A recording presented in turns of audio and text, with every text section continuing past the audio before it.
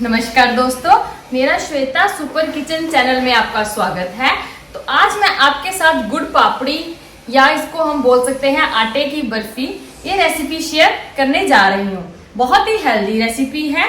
हम इसमें चीनी का यूज नहीं करेंगे, हम इसमें गुड़ का यूज करेंगे। तो इसमें जो इंग्रेडिएंट्स हैं वो भी हमें कम ही चाहिए।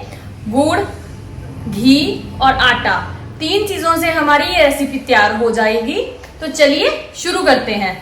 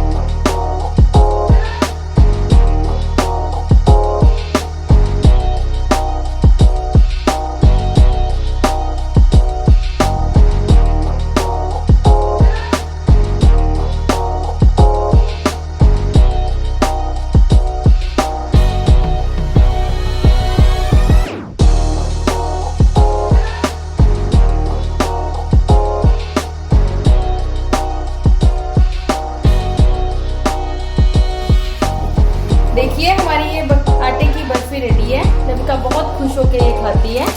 देखिए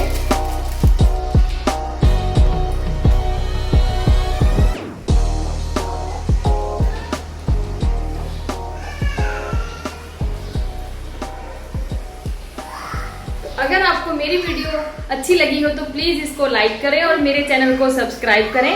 मैं आपके साथ हेल्दी वीडियोस लेके फिर से आती रहूंगी। तब तक के लिए बाय बाय।